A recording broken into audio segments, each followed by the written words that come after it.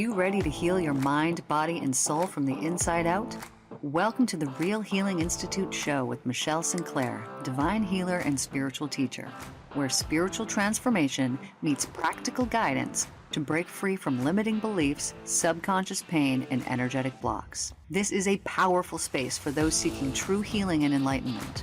Michelle's teachings are rooted in her deep study of the Christ letters and the spiritual awakening that came from her unwavering dedication to divine truth. She helps individuals navigate their inner healing journey through subconscious soul healing techniques and spiritual teachings by uplifting the vibrational resonance of our thoughts, words, and actions that shape the very fabric of our lives. It is time to learn the profound understandings of universal love. The Real Healing Institute show starts now. Hello and welcome in, everyone. I'm so excited about my guest, Vanessa, here today. She is absolutely amazing. So we're going to start out by her telling you guys a bit about herself and the amazing work that she does. Welcome, Vanessa. Thank you for being here. And would you just tell us a little bit about what you do and who you are? First of all, thank you so much for having me. I'm so excited to be here. I love the work that you're doing, and it's an honor. So my name is Vanessa Codorniu, and I have a background, a South American background, came into New York as a baby, and I'm like fourth generation intuitive and healer in my family, except that no one ever shared it outside the family. It was a big taboo. So I'm the first one who broke free and broke those chains.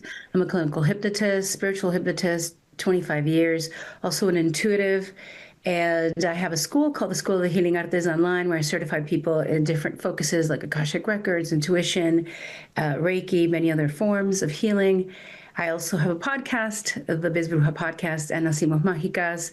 And the work that I've been doing really is to support people to reconnect with the power that they carry within, to break through ancestral patterns, and really, I guess, really rise up into their life through the connection to the universe, their higher power, and their intuition. I love this. So I know we talked before, and that you do a lot of past life type of regression, and maybe even in between life kind of stuff. So why do you think it is that we reincarnate? Oh, I love that question. She's going into deep right away. I love it. I really feel that we are an extension of Source. You know, we didn't leave Source. We didn't leave God. We're an extension. Mm-hmm. And I think that inherently our souls want to create, want to explore. Mm-hmm. And that we wound up on this planet. I mean, I think we've incarnated in many planets and many galaxies and many spaces. I think that once we got to Earth, though, we may have created karma, and now we're working through it. But I really do feel at the heart of it, it's because we're creative and we explore, and it's like continuously manifesting, creating, exploring situations. And all of them, I think, are to guide us to remember who we truly are. Mm-hmm. I mean, because it's easy to be like a floating energy in the universe, shining love and light to some degree, right? So much harder to be going through personal challenges and a collective challenge, and to remember that we're powerful when we're in a body that eventually does give out. So yeah, it's creation. Mm-hmm. Yeah. Yeah, I think too, you know, the soul's evolution. And, you know, I don't know if you've noticed this, I'm sure you have, but when you go into, you know, certain past lives, people can find forgiveness for others. They can see like, oh, right, 1,000 years ago, I did that exact thing that you just did to me. You know, we see these patterns come up that kind of makes everything make sense why it's happening now, you know, on a deeper level. And just knowing that can set us free.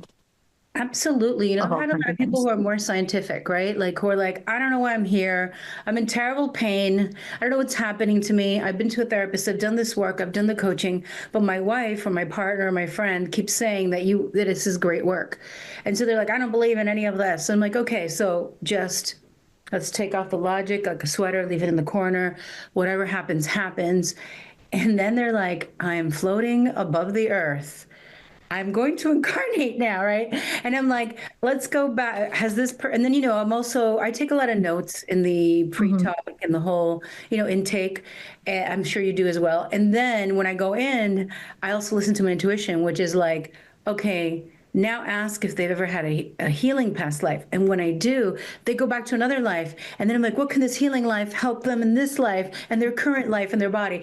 And so as they experience all that, what I've found with people who are more atheist or more scientific, they're blown away because they're Mhm. like, you did not lead me, because you're not leading the witness. You're not like another life when you were like an extraterrestrial, whatever. No. Yeah. Um, they literally go and they're like, I don't even watch sci-fi. Oh, I don't even watch like old time, dynastic in China, like historical documentaries. So I think it blows people's minds that we are so deeply, like, we're so deeply creative, but we're also so deeply experienced in different emotions. Now, I do want to say that one time I had somebody who kept saying, I'm an old soul, I'm an old soul, I'm an old soul, which I find that if we really are, we don't really say it, right? And they said it so much, then they went into the regression. They went back to one life, and then their higher self kicked in and was like, look, this is your second life. Really? Even though all time is now, and this consciousness of who you are right now, this is your second life. So even though your energy is old and has been around a long time, you are still learning. So release your ego. The higher self said it. Yeah, I was like, whoo. Interesting. That's cool. I had noticed, so recently, have you noticed the same thing? I've been working with people forever, just like you. And it seems like in the past, I would say 6 months, although your life is very centered around past life, or your clients are. But normally, I'm working with somebody, depression, anxiety, something like this. They're going back to present life. And now it seems like everyone I am working with, it is not. They are going to past lives to heal all these things. Whereas, even 5 years ago, that would have been 1% of my clients, because I'm not leading them there. If they go there, they go there. But Okay. it seems like everybody's going there now. So I don't know if this is just the type of people that I'm attracting, or have you noticed a change in your work in the last little bit? So I have a protocol that I created a couple of years ago that it asks where this trauma comes from. Is it ancestral? Is it past life? Is it present life? Right? Just I do an intake while people are in.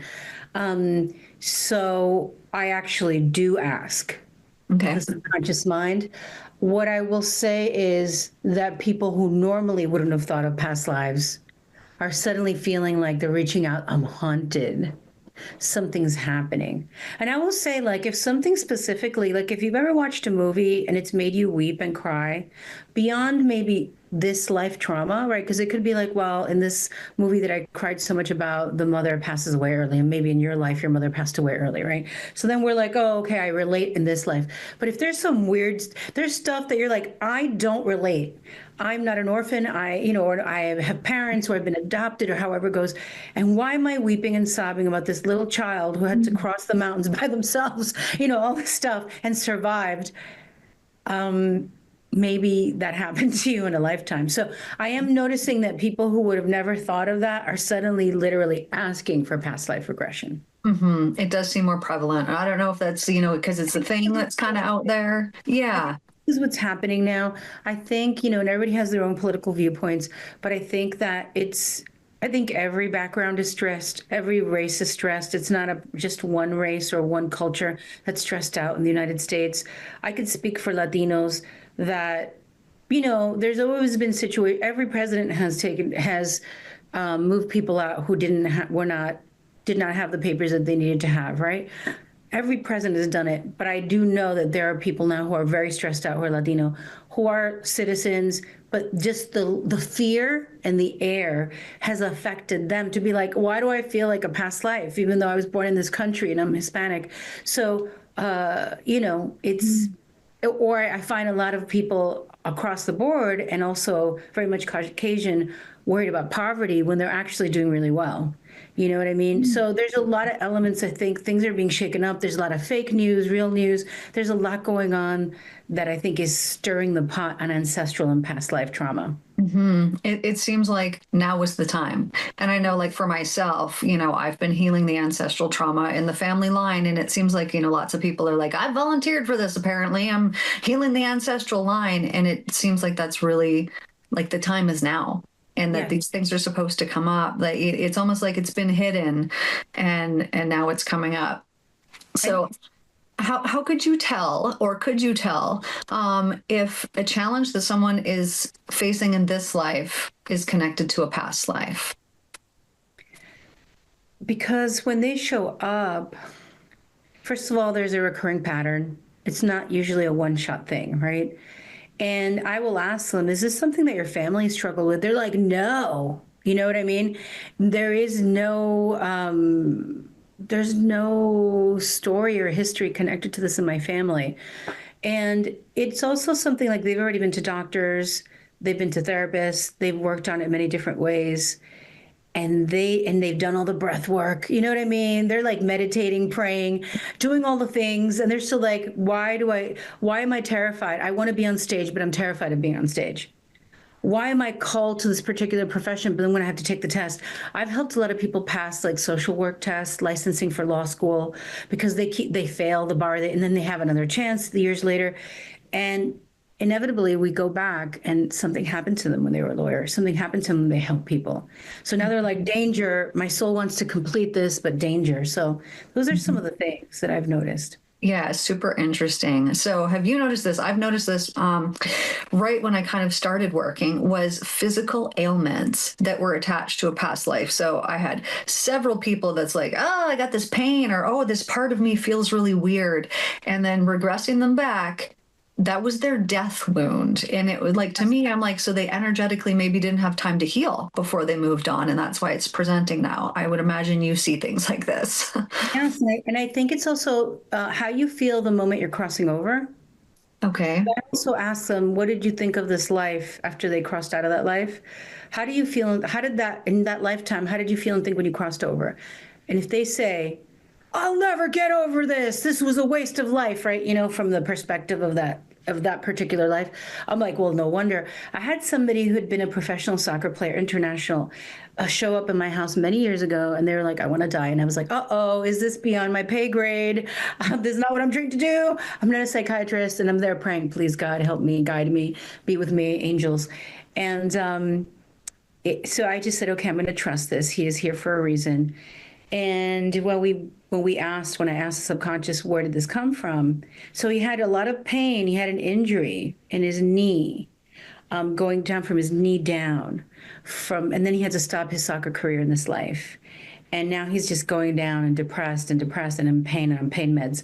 Well, when we went back, he had been captured as a European enslaved person on a ship and had been, basically thrown to the bottom of a ship to like row or do whatever that they did down there. Never saw his family again. And then at some point when he tried to lead some type of overthrow or like rising, they chopped off his leg, the one that he's hurting now. And then he just kept working till he was old. And eventually the ship gave out, like it was not working anymore. So they took all the people, but they left him there because he was older. They just left him chained to the ship and he died with the ship. It went down. That was really sad, right? So once we did that, we basically got his leg back. Like I was like, step out of this past life. Imagine now that he's restored, that he has his leg back. So have you. You're not chained to the ship anymore.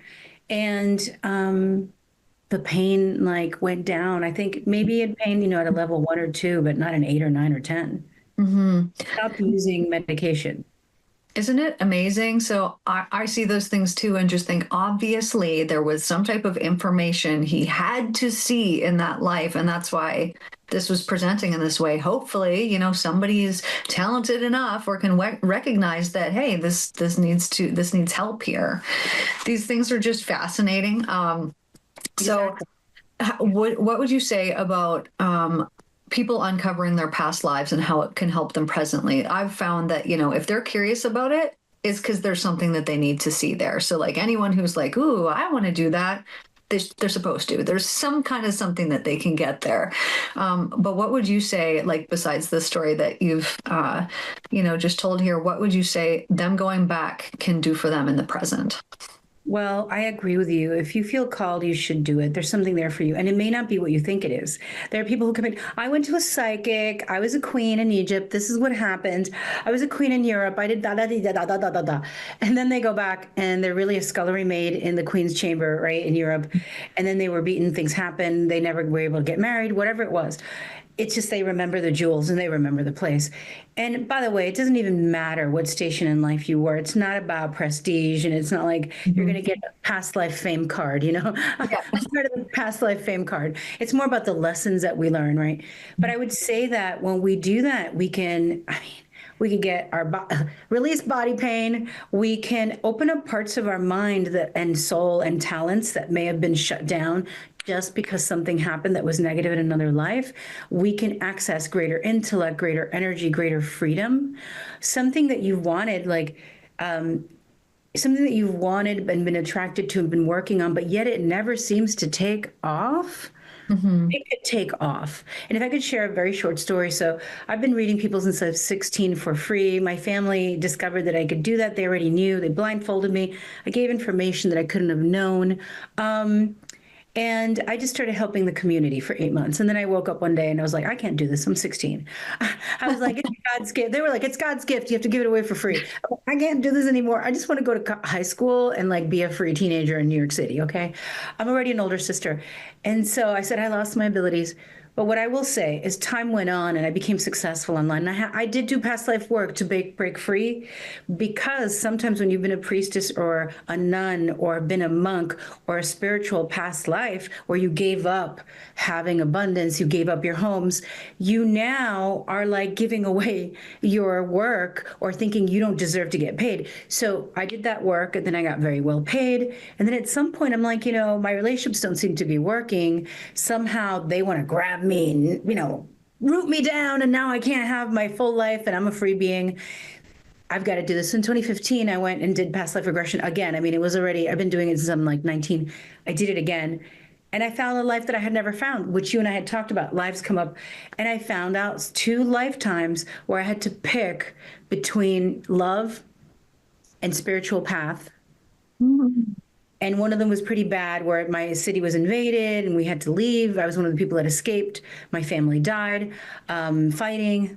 And there I went, with the scrolls and all the people on the ship.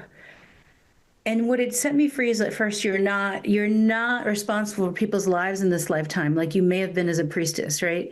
Second of all, I can be and honor God and not have to give up my own romantic life. I can have a family. I can be married. I can have the life I want and still. And so that set me free like this. I met my husband that year. Just saying. And I knew that would happen. I was like dating a lot, but still there were these blockages. And I was like, there's an internal block.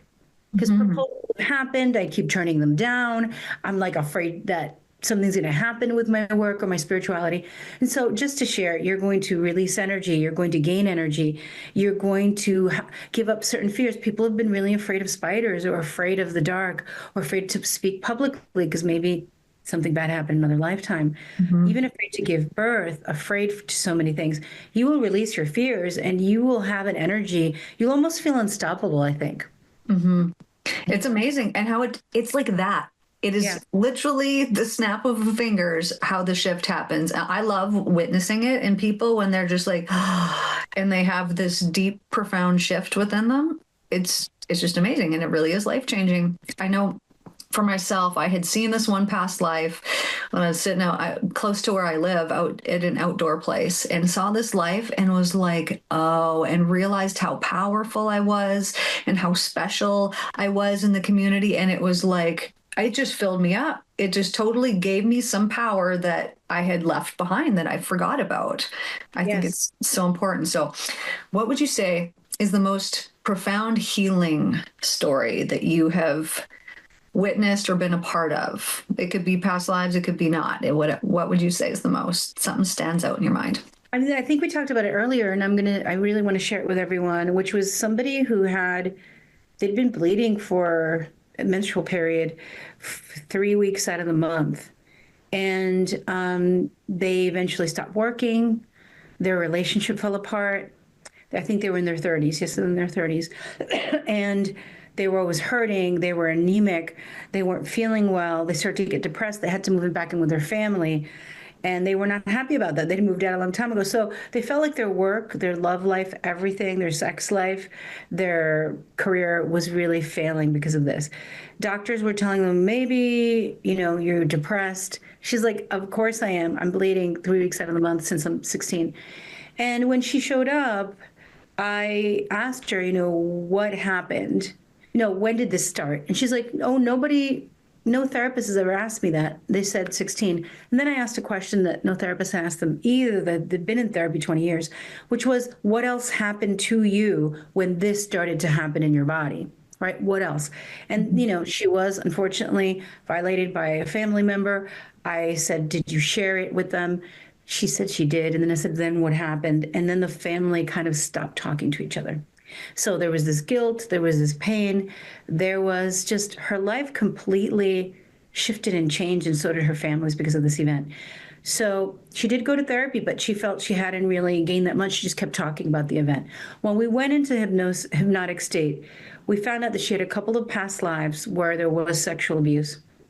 We found that she had 3 attachments, and soul attachments are energies that attach to you. It could be deceased people. It could be energy of people who think about you a lot, and so they hook into you. So you send it just back to them because that's their energy anyway. It could be not wanting to let go of the deceased people that we love. We're supposed to have a relationship with them, but they're also supposed to be in the light with God, right? Not be here with us. So she had past lives, she had an attachment, she had an ancestral pattern of defilement, or if you're not a virgin when you get to marriage or whatever, now you're not worthy, all of these things. We did all that work, and though she'd paid for other sessions, she never came back. So I kept writing. And finally, months later, she came back and said, oh, can I still use it? I'm like, yeah, of course. And she came on, she's like, oh, it left. I was like, what do you mean? She goes, my period went back to normal. She's like, it was only like maybe 4 days out of the month. I am working now. I met somebody. I'm dating. I'm having a great romantic life. And I feel so good in my career. It was miraculous. And then we did another session, and now the person's married. They wound up having their own family. They didn't have trouble giving birth.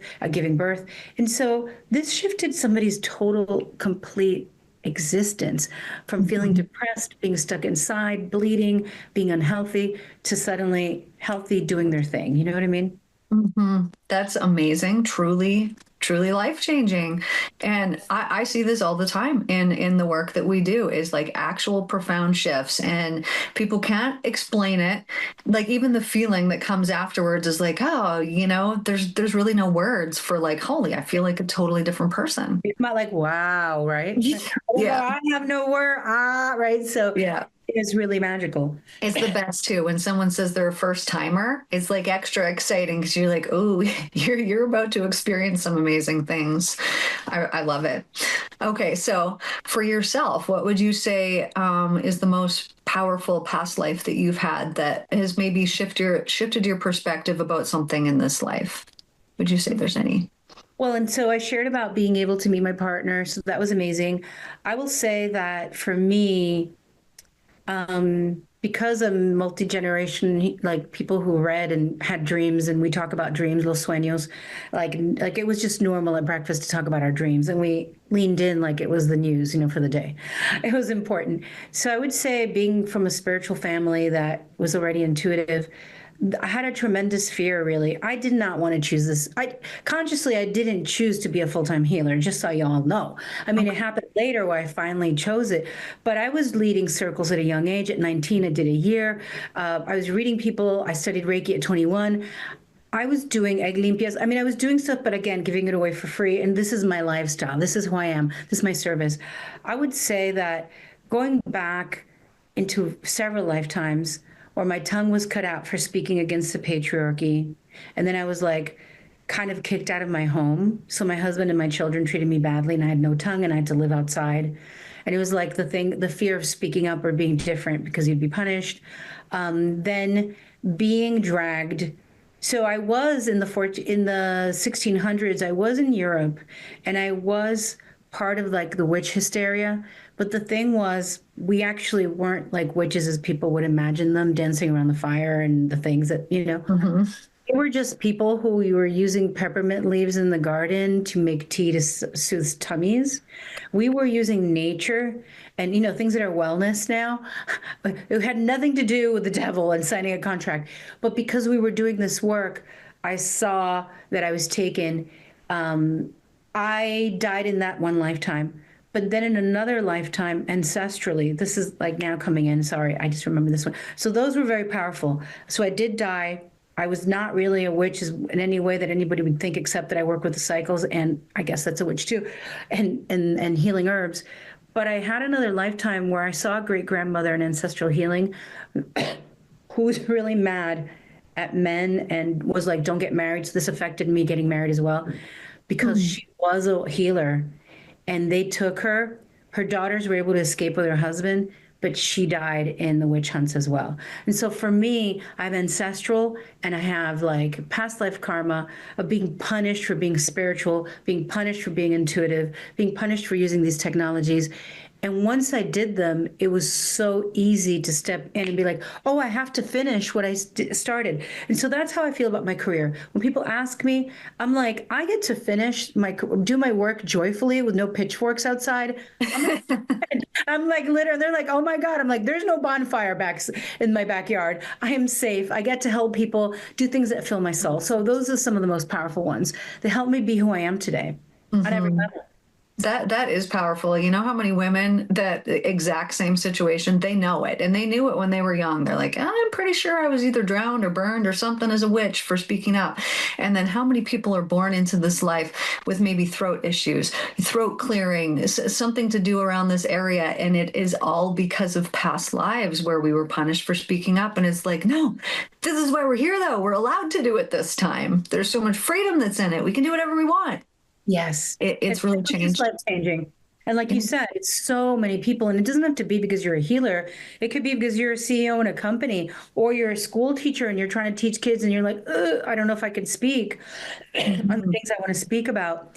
So for anyone who feels that, it's not about attaining a marriage or building a career. It's about feeling free within yourself. And then along the way, it could be about finding love. And along the way, it could be about even releasing weight. Yeah. Yeah. Oh, yeah. Thank you so much. It is amazing. And you probably see this a lot too. I know, if I'm working with somebody for whatever, there's always side effects of like, oh yeah, we didn't work on weight loss, but now they don't want to eat this or that and they've lost 10 pounds.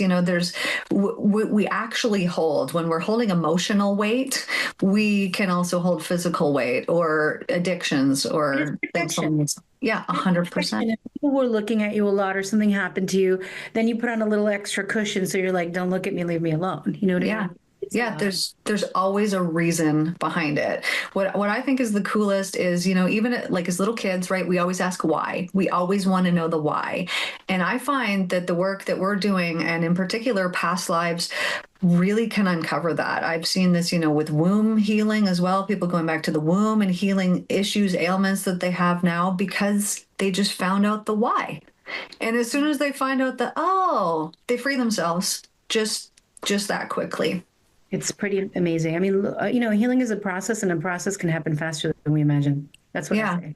Yeah, I know, lots of people have made comments of, going to hypnosis, doing hypnotherapy is like doing 20 years of other kind of therapy in one session. And it truly is. I absolutely believe that. And I'm sure you've seen that.